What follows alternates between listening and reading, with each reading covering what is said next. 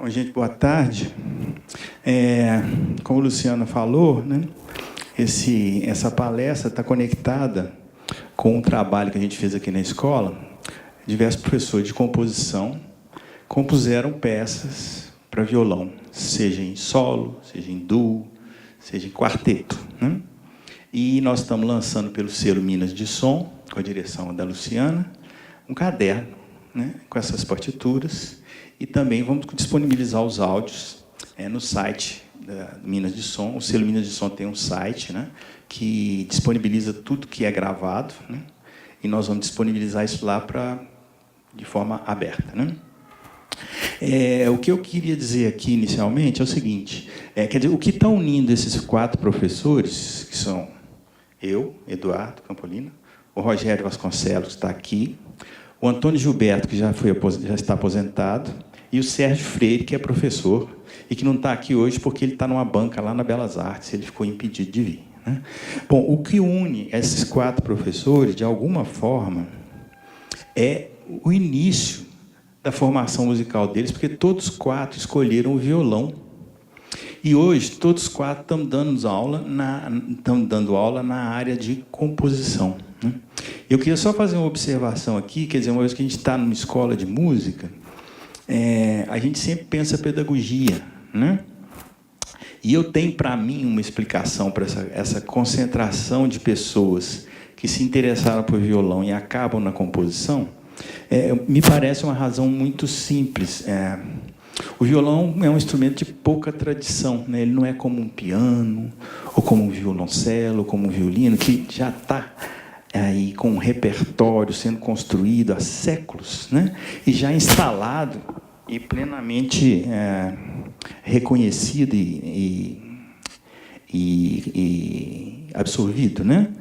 O violão, ele de alguma forma, ele aparece com mais força só no século XX. Ele deriva da vihuela, lá na Espanha, deriva do alaúde, né, na Renascença europeia, mas ele, quando aparece, ele é um instrumento de muito pouco som, né?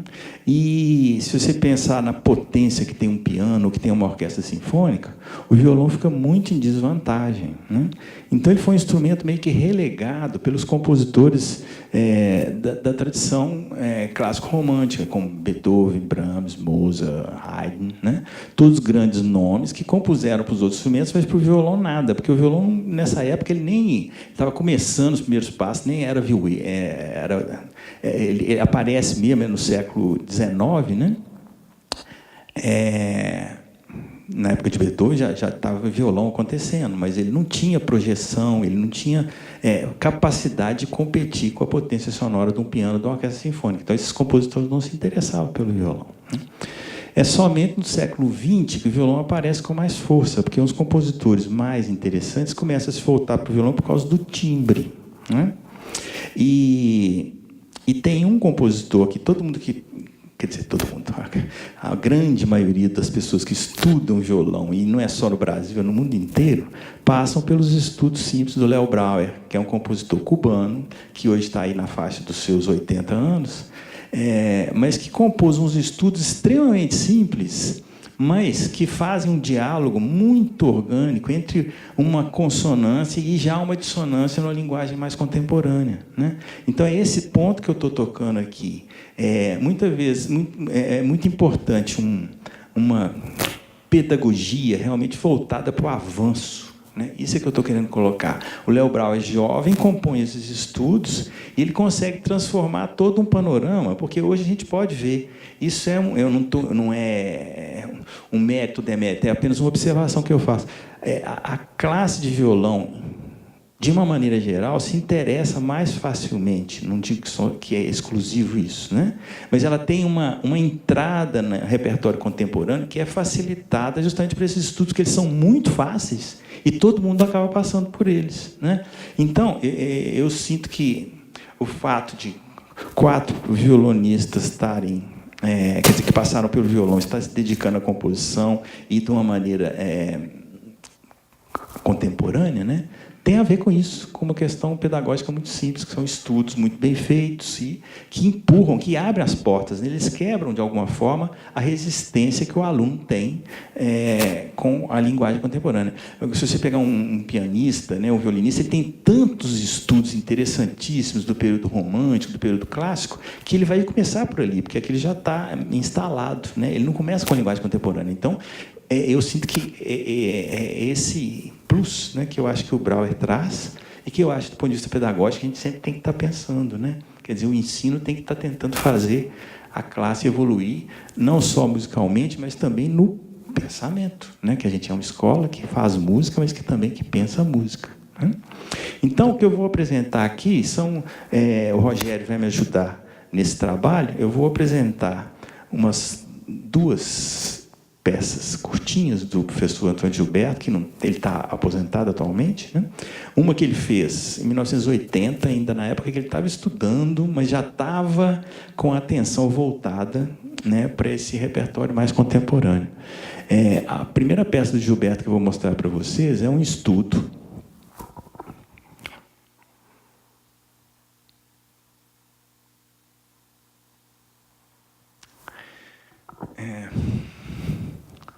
que é um estudo que ele fez ainda muito jovem, né, em 1980, e que é um estudo que é dodecafônico. Quer dizer, eu não vou explicar o dodecafonismo aqui, mas só uma explicação sucinta para quem não conhece. Toda a nossa música tonal está baseada em repousos, né, em cima de uma nota central que a gente chama de tônica, né? Quando a gente fala algo que está no tom, é porque aquele tom é o centro, né? O que o dodecafonismo faz é uma tentativa de diluir esse centro, né? Eu sei que muita gente aqui já sabe do que eu estou falando, mas só para ter certeza que fique entendido. Em que consiste isso? Você pegar, por exemplo, uma oitava, né, de dó até dó, você tem 12 notas, se você contar todas, né? Dó, dó sustenido, ré sustenido, mi, fá, fá sustenido, sol, você tem 12 notas. Então, em que consiste a série e para que ela existe? É uma tentativa, e quem começou com isso foi Arnold Schoenberg no século passado, uma tentativa de diluir toda... Será? É uma tentativa de diluir toda e qualquer polarização, né? Então, é uma música que, se a gente fica esperando um repouso de ordem consonante, ele não vai existir, né? Então, eu vou tocar um trechinho para vocês. Aliás, vou tocar vários trechinhos, porque essa peça é até feita de uma maneira bastante, quase que pedagógica também. Ele apresenta a série de 12 sons 4 vezes, de uma maneira bastante articulada. Quer dizer, você ouve a frase começar e parar, depois começar e parar, começar e parar. O primeiro exemplo que está aqui, ó, aqui, nós não vamos ficar contando nota, óbvio, né? Mas assim, só para vocês entenderem o que eu estou falando, eu faço uma primeira contagenzinha boba, ó. Tem uma nota aqui, 2, 3, 4, 5, 6, 7, 8, 9, 10, 11, 12. Essas 12 notas, elas se esgotam, isso que a gente chama do total cromático. Quer dizer, todas, nenhuma se repete, né? É cada uma nota do que tem dentro de uma oitava apresentada, né? Dessa forma, você dilui toda e qualquer polarização. Então, eu vou ouvir aqui a primeira apresentação da série na peça Estudo 2 do Gilberto.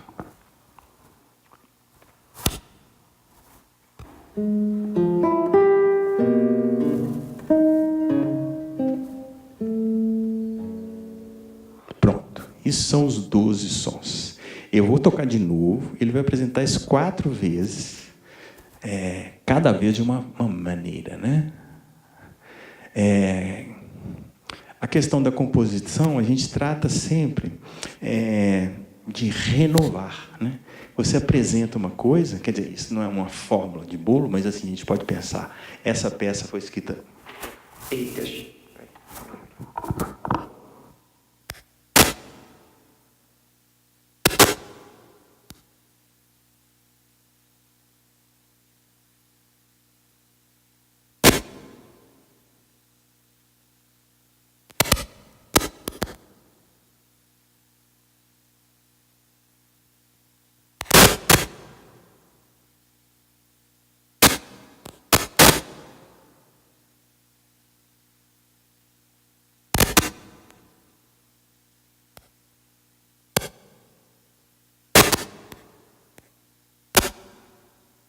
apresentar 4 vezes, eu vou marcando aqui para vocês, porque é muito simples, né? Ó.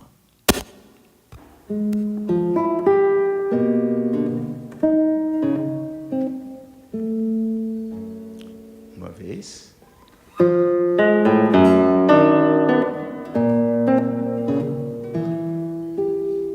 Duas.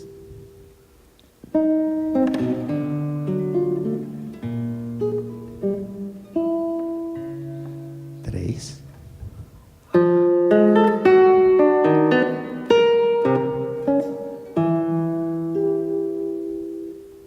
Bom, aí foram 4 segmentos bastante simétricos, né, muito parecidos, mas sempre diferenciados pela utilização das alturas, pela direção das notas, né? Bom, depois dessa apresentação, ele vai começar a desenvolver a série, mas agora em segmentos maiores, porque pode estar parecendo que é muito rígido, quer dizer, as frases não têm que andar de acordo com a série, não. Você pode parar uma frase no meio da série, ou pode seguir, né? Aqui ele, de propósito, fez tudo recortado nos 12 sons. Depois ele começa a variar o tamanho dos segmentos. Eu vou tocar aqui...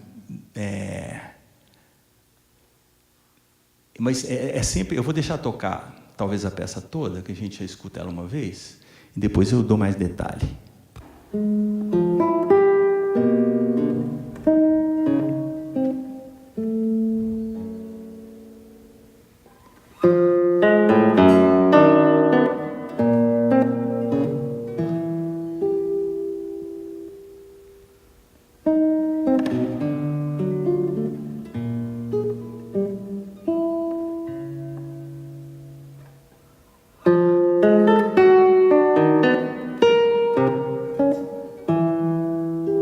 Terminou a exposição.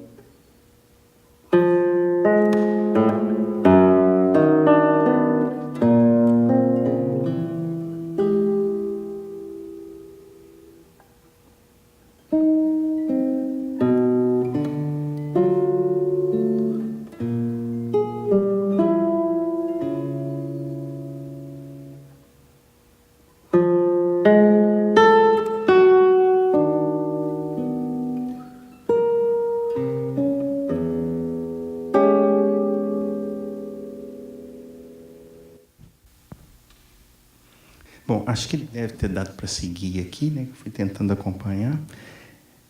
Quem tocou a peça foi o Vitor, que vai se apresentar aqui hoje, né? Que é um ex-aluno aqui da escola.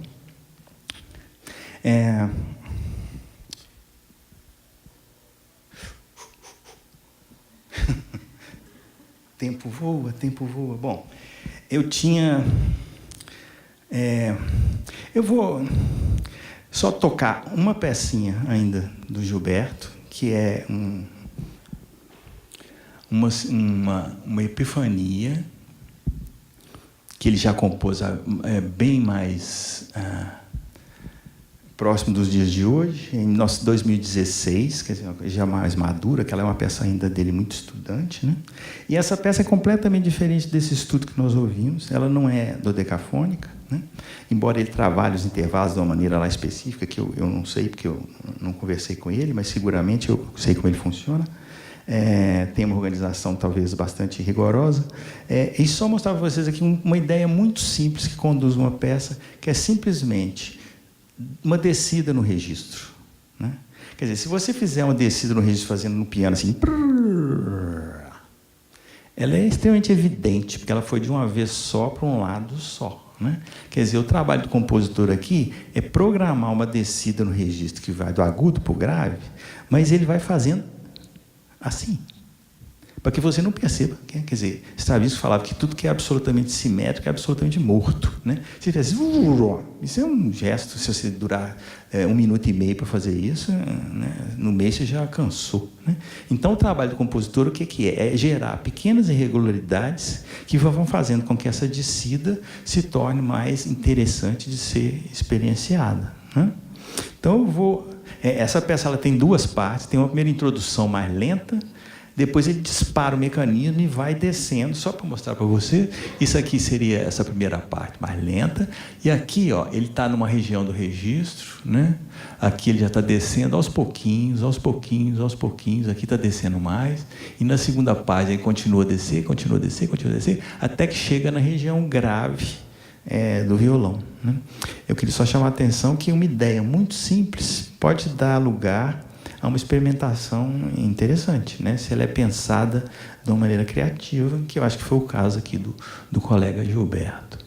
Então, vamos ouvir aqui a Epifania Franciscana. Ele chama de franciscana, talvez pela simplicidade, né?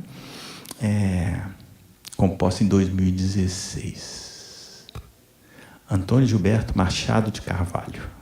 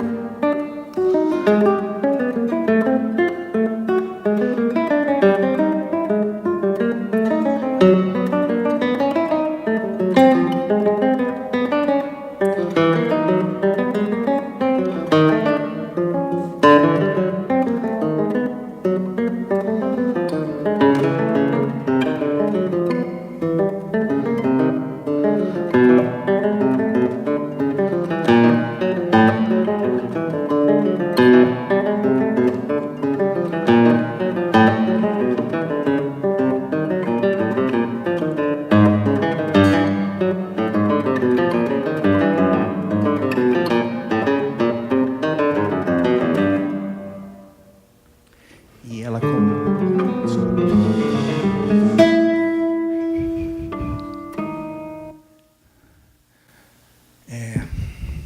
bom, eu teria mais coisa para dizer, mas eu acho que o tempo está... Não, mas que Rogério ainda vai falar um pouco também. Pouco, então... Tá. Até? Tá, então... Tá. Eu queria conectar essa peça do Gilberto com uma peça que que eu fiz, mas que também tem algo de comum com essa peça dele, que é essa coisa de você pensar um processo, né, que se desenrola, né? E essa peça que eu fiz é uma fantasia. E eu achei uma referência na história da música muito interessante da fantasia na Renascença. O compositor Thomas Morley. Thomas Morley é da Renascença inglesa, ele é período elizabetano, né? E ele diz o seguinte: o principal tipo de música que é feito sem palavras, quer dizer, nessa época a música era muito cantada nas igrejas, nos cultos, né? Então, o principal tipo de música que é feito sem palavras é a fantasia. Aquela onde o músico escolhe uma passagem a seu gosto e a vira e revira como mais lhe agrada, tirando dela muito ou pouco, seguindo o que melhor convém à sua imaginação. Então, olha bem, sem palavras, o músico escolhe uma passagem a seu gosto e a vira e revira, como mais lhe agrada, tirando dela muito ou pouco, segundo o que melhor convém à sua imaginação. Então, eu acho que é uma definição até bastante poética, né? Quer dizer, é uma peça que denota liberdade, né? A fantasia não é uma peça compartimentada e sequenciada de um jeito ou de outro. Ela é como o compositor resolve virar ou revirar as suas ideias, né? Então, eu só mostrar uma fantasia aqui que eu fiz, eu só vou tocá-la uma vez e conectando ela um pouco com essa peça do Gilberto, porque ela tem essa ideia de mecanismo também, que é disparado, né? E que vai andando. Bom, o que é o princípio aqui da minha fantasia? Ela é bastante curtinha. Quer dizer, a ideia que eu vou virar e revirar, ela está toda contida nessa primeira linha aqui, ó. O que é? Um grande melisma, brrr, pá, com uma nota acentuada, tá? Depois, uma série de harmônicos aqui, pom, pi, pó, pim. Isso seria a ideia que eu vou virar e revirar, né? Bom, aí vem, eu vou tocar, então, esse início, só para vocês verem a exposição da ideia a ser revirada, vamos dizer. Deixa eu ver se eu toquei aqui no... Não. Aqui vai. Essa peça está sendo tocada pelo Flávio Barbeitas, que vai se apresentar aqui hoje também.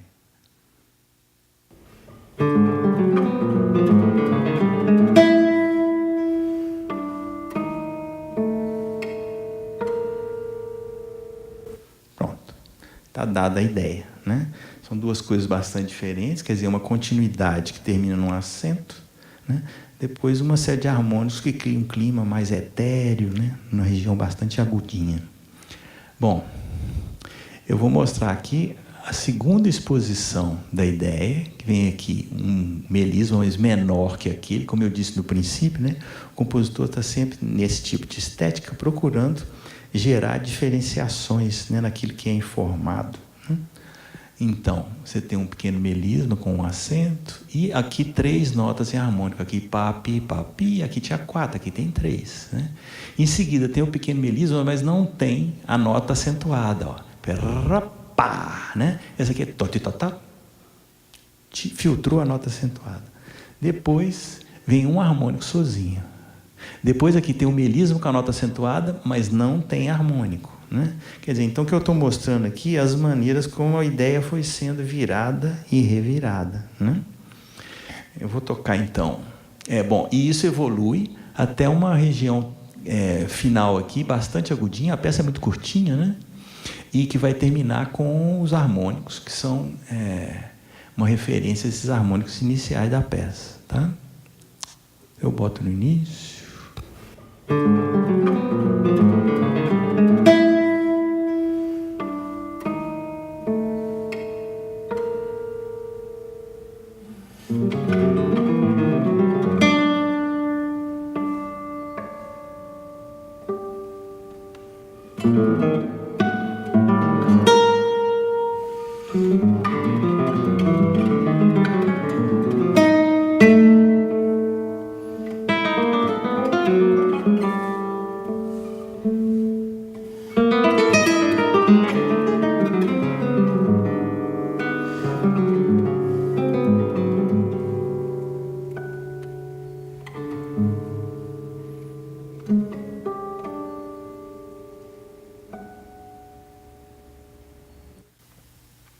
miniaturazinha, né, que é da ordem do processo, e lidando com uma ideia que é apresentada no início e depois transformada ligeiramente. Bom, acho que agora eu passo para o Rogério, tem até 6, uns 15 minutos. Pode... Hã?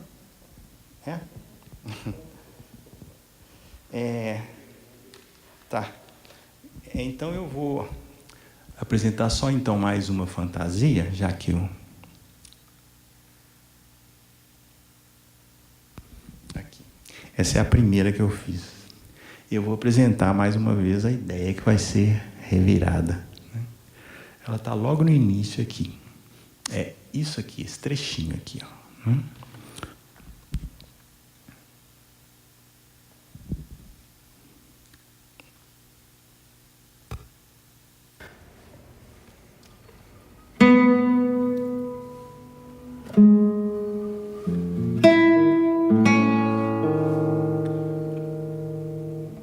Pronto, já foi. A brincadeira aqui é julgar com o intervalo de terça. Tem 2 terças muito evidentes nesse primeiro gesto. Vou tocar de novo.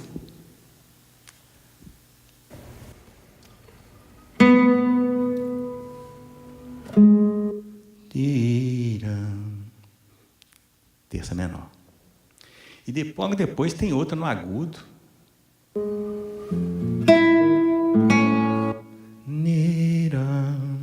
Né?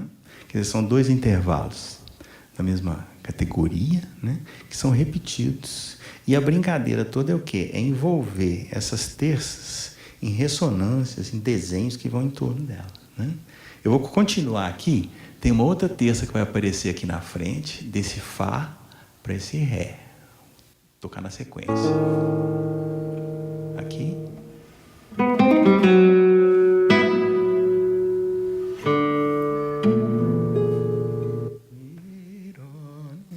Essa terça maior, né? Quer dizer, eu vou começar a brincar com terças menores e terças maiores na peça, né? Vou seguir ainda mais um gesto aqui, ó, com uma terça que está aqui, mais a distância. Essa tem umas coisas... Porque a gente mostra a ideia, mas você está sempre tentando confundir quem escuta, né? Então, a terça está aparecendo, mas no meio dela tem umas notinhas, né? Então, vamos ver aqui o terceiro gesto. Aqui agora.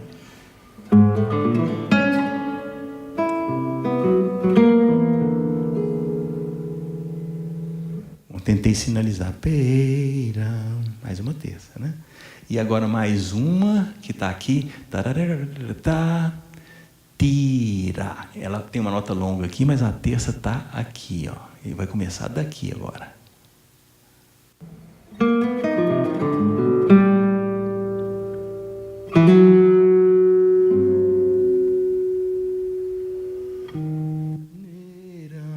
Mais uma terça, né?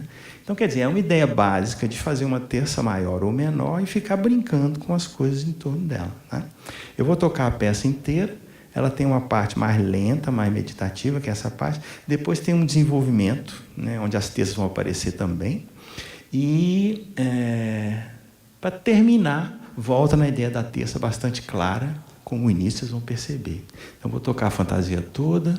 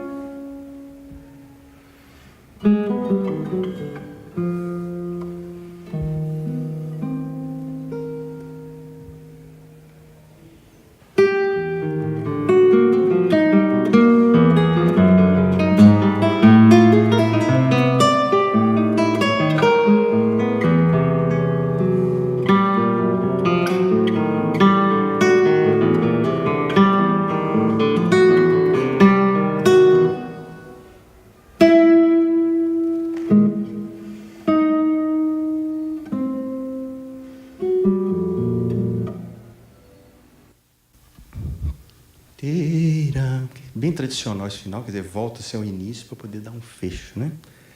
Bom, acho que isso deu uma ideia, né, de um trabalho de composição do colega Gilberto e meu. Agora eu passo um pouquinho para o Rogério, que ele fala da peça dele, a peça do Sérgio Freire. Eu agradeço muito a participação dele, é muito importante para mim. Muito obrigado. Obrigado, você me ajuda aqui. Tem que tirar aqui, né? Cadê o Fábio?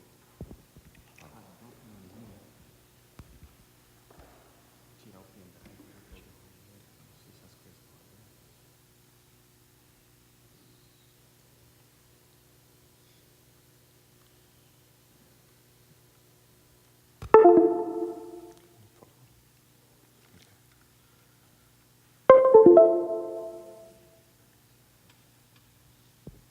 Diga uma música. Obrigado. Tá, então deixa eu abrir aqui. Partitura. Acho que é aqui. Cadê? Tá. Tá, e como é que eu vou trocando de página? Tem algum que você troca de página aqui? Tá, beleza. Legal. Depois para ouvir o áudio, eu volto lá. Áudio. Ah, como é que é? Aí você pode clicar aqui, ó. A gente vai deixar aberto. Tá, melhor. 3. Você abriu foi qual? Foi MP3? Foi isso aqui, ó. Música para 24 cordas. É isso mesmo. É isso mesmo? É isso mesmo, só tem esse. Só dá clique. Ah. Tem um show aqui também. Não, vou encher só no 24 cordas. Obrigado, tá? Bom, boa tarde para vocês. Agradecer primeiro o convite aí da Luciana e do Eduardo. E eu vou falar muito com menos detalhes do que ele, porque, inclusive, pode ter tempo mesmo. A ideia é o seguinte, é um projeto que já está acontecendo há algum tempo na escola, né, que a primeira versão foi um disco de piano, com peças de compositores da escola. Esse agora é um de violão e a gente tem a intenção de prosseguir nessa direção de trazer música de câmara e outras coisas para poder divulgar um pouco mais a produção que a gente tem aqui, que fica um pouco escondida, assim. Então, a primeira peça que eu vou falar é uma peça do professor Sérgio Freire, que não pôde estar aqui, pediu para eu conversar com vocês sobre a peça, e chama Música para 24 cordas. Essa ideia de que é um quarteto de violões, né? Então cada violão tem 6 cordas. Ele pensou como se fosse um único instrumento formado pela combinação dos 4 violões do quarteto, né? Que é o quarteto Corda Nova, que gravou.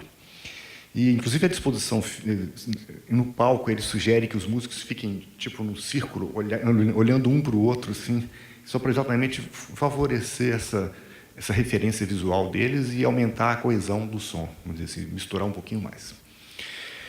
E aí ele trabalhou com algumas coisas interessantes do violão, né, da história do violão, que quem já tocou violão sabe que, por exemplo, quando você vai tocar junto com outra pessoa, especialmente se é outro violão, é difícil de tocar junto. Você tenta tocar, um sai um pouquinho antes do outro, é um inferno, né, de tocar precisamente junto. Então ele brincou com o que seriam erros da performance, mas transformou os erros, na verdade, em acertos, porque eles se tornam parte da ideia. Então a primeira ideia dele é essa. Ele pensou, assim, algumas coisas da técnica do violão que são deliberadamente colocadas, desencontradas, mas pensadas de um jeito poético, né, para que elas componham uma ideia que faça sentido com a música. Então, essa peça ela tem basicamente três materiais diferentes que eu vou mostrar para vocês só na partitura, depois a gente escuta a peça inteira. A primeira é o arpejo. O arpejo é quando você passa o dedo em todas as cordas do violão.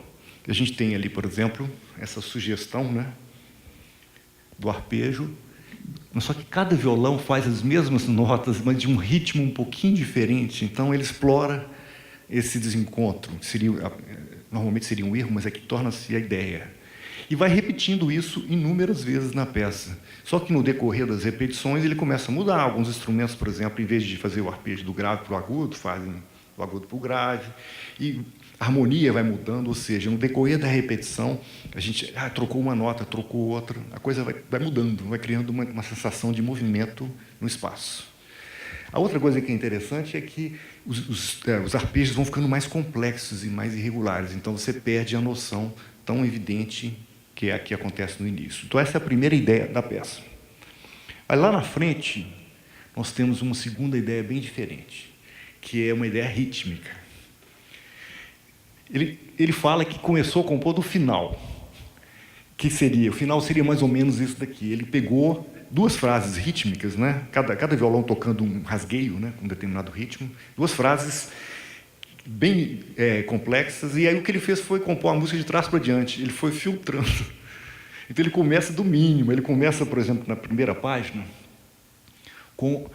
cada violão faz só um acorde por compasso, mas na cabeça dele, né, já estava o ritmo inteiro, que dura 2 compassos. E aos pouquinhos ele vai botando mais um, ele vai completando, e o ouvido tem clara sensação de que está se formando alguma coisa, que é aquela frase rítmica que aparece no final da sessão. Então a gente vê esse processo de crescimento, de surgimento da ideia. Só que o que é interessante é que o ritmo é bem caótico. Então parece que eles estão tocando errado no começo, mas aos pouquinhos você percebe não, que não é errado, é aquilo mesmo, o ritmo é irregular. Então essa seria a segunda ideia. E uma terceira ideia que aparece na próxima sessão, que é o violão dedilhado. Mas agora tem um elemento novo. Eu acho que assim como o Eduardo usou a dinâmica, né, para destacar as terças, ele vai usar algumas notas fortes e outras notas delicadas. As notas fortes, elas têm uma periodicidade. O que eu quero dizer? Por exemplo, a primeira nota é um Lá. Se a gente for observar aqui, tem um Lá aqui, depois tem um Lá aqui, depois tem um Lá aqui, tem um Lá. Ele vai trocando de violão, mas a distância temporal entre um Lá e o outro é fixa. E ele vai continuar assim, peça fora. Só que daqui a pouco entra uma outra nota, que é um Ré, por exemplo. E a distância temporal é diferente. Então, imaginem como se fosse um metrônomo batendo numa velocidade e o outro batendo mais devagar ou mais depressa. E ele vai acrescentando notas, até que fica uma coisa complexa. As notas acentuadas. Ao redor das notas acentuadas, ele tem um trabalho mais livre com outras notas diferentes. Então, é interessante a sensação também de aumentar a densidade, mas de ter essa superposição de velocidades, o que torna a peça extremamente difícil de tocar.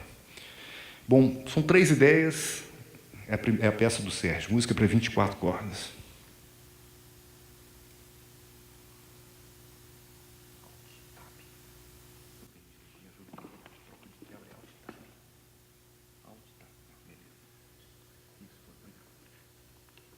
Três.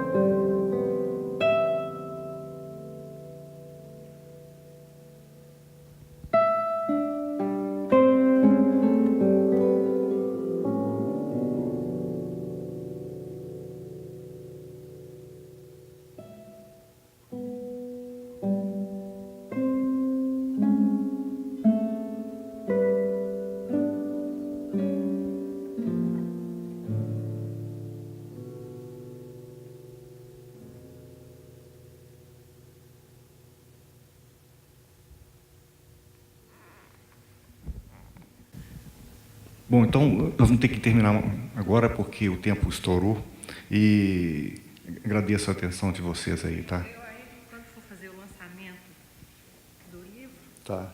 aí você toca. É isso aí. Tá bom, tá bom. Tá. Não, sem problema.